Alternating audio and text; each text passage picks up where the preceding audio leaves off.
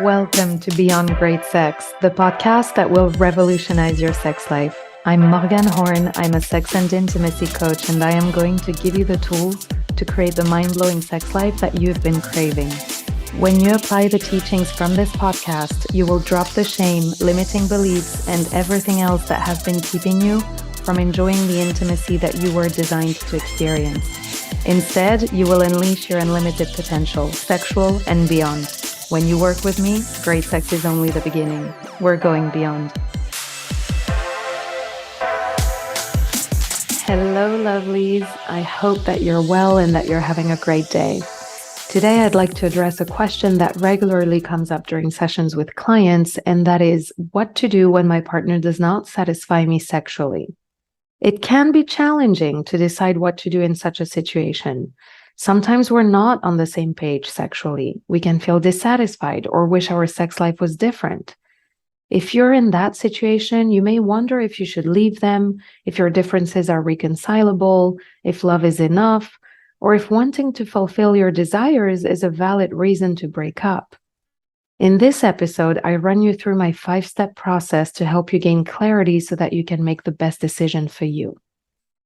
The first step is to take responsibility for your own needs. It is important for you to know that you are responsible for meeting your own needs, sexual and beyond. While I encourage couples to listen to their partner's needs, to communicate around sex, to share their desires and give each other pleasure, a common mistake people make is to think that because they're in a relationship, they have a duty to meet their partner's sexual needs and vice versa. When you wait for your partner to turn you on, to give you pleasure or make you happy, you give away all responsibility and control to them, and you find yourself at the mercy of their actions and inactions. Your pleasure and happiness are in his or her hands and depend on this person whom you cannot control. When you think about it, it's pretty debilitating. So what I suggest instead is that you take back the reins and ask yourself, how can I turn myself on today? What can I do to feel pleasure? What could I think that would make me happy? Taking responsibility for your own needs is the surest way to ensure that they are met. And when you no longer expect someone else to do the job for you, you enter full giving and receiving mode. From that place, you're far more likely to connect with your partner. So the best thing to do is to meet your own needs, let your partner meet theirs, and meet in the juicy middle where all is possibility without the constraints. That being said, there will be things that you want in your relationship and your sex life. You may want a partner who's invested in the relationship and makes time for the two of you, a partner who prioritizes your intimacy and takes initiative, a partner who is adventurous and willing to try new things, a partner who loves anal sex as much as you do, a partner who's into BDSM, a partner who treats you with respect. We all have desires and expectations for our relationships.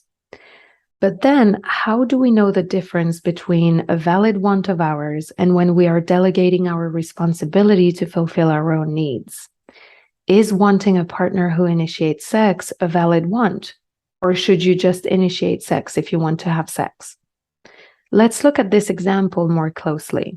And that takes me to step number 2 of the 5-step process, and that is understand your why. We want our partner to do or say certain things because of how it will make us feel, when in reality, it is our thoughts that create our emotions. You may want a partner who initiates sex because you interpret this as proof that they desire you, and that makes you feel desired and secure in the relationship. While having certain wants and expectations for our relationship is natural and healthy, the problem is when we attach our emotions to these expectations. Say your partner does not initiate sex, then what? Do you wonder whether they love and desire you? Do you feel insecure? Do you doubt the relationship? Instead, what thoughts can you think to feel desired and secure in the relationship, irrespective of whether your partner initiates sex or not? Is it possible that they have a different way of expressing desire than you? Perhaps their desire is more responsive and yours more spontaneous. When you initiate sex, does your partner usually reciprocate? In what ways do you know that they desire you? And that takes me to step 3 of the process. And that is, do you still want the thing?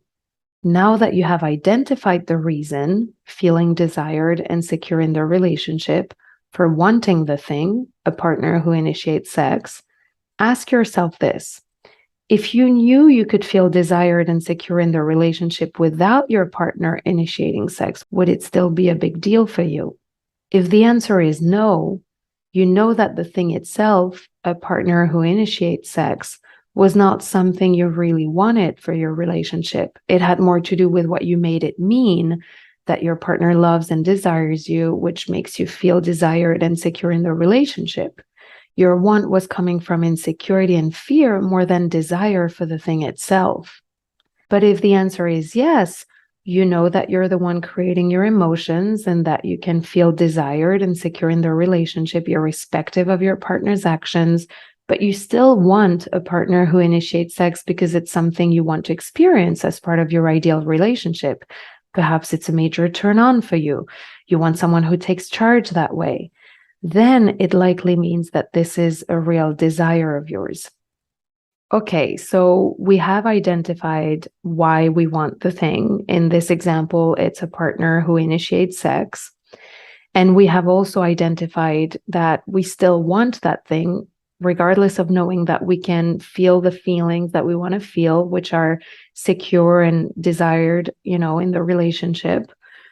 Now we go to step 4 of the process, and that's to assess whether you and your partner have a want match. If you are clear on the fact that the thing is a real desire of yours, that you want it as part of your ideal relationship, if you know with certainty that it isn't driven by fear or insecurity, but that you just want to experience it and you love your reasons for it, but your partner just isn't on the same page as you, then you likely don't have a want match. A want match is when all the things that you wanted in a relationship are perfectly matched to all the things you're getting in the relationship, when your desires and your partner's desires match. So you've realized that you and your partner don't have a want match. Now what? That's step 5 of the process. Consider whether it's a deal breaker for you. When your wants don't match those of your partner, when you're not getting all the things that you wanted in a relationship, consider whether it's a deal breaker for you. And answering these few questions might help in that process. What would you think and feel if you were told that you could never have this want in your current relationship? Would you be willing to sacrifice this want to keep the relationship? If you knew you could be with someone else who wants the same things as you, would you stay in your current relationship? When answering these questions, you should have a bit more clarity on whether your desire and expectations are something non-negotiable for you or just something desirable but not necessarily essential to your sexual fulfillment. And I have developed my 5-step approach into a workbook that you can download on my website. I know, I love you too. The workbook will be linked in the show notes of this episode, and you can also find it at www.morganhorn.com/free resources. And yes, you've heard it correctly. There are multiple resources in there that you can access for free. And these are real valuable tools. I use them with my clients. So get in there and start creating magic with this powerful work. All right, my loves, that's all for today. And if you feel stuck as you go along this process, have questions or doubts, don't worry. I can walk you through this process in our discovery session and help you uncover your limiting beliefs so that you can make the best decisions for yourself with clarity. I will see you next week. If you have loved this episode, please add a rating, write a review, and share it around to help spread the word to all the women out there who need to hear this. I am so grateful for you listening. And if you are ready to take this work deeper, book your discovery session with me at www.morganhorn.com. That is morganhorn.com. We will explore any issue you would like help with, and you will learn all about my coaching program so you can get started on creating the sex life of your wildest dreams. I will see you there.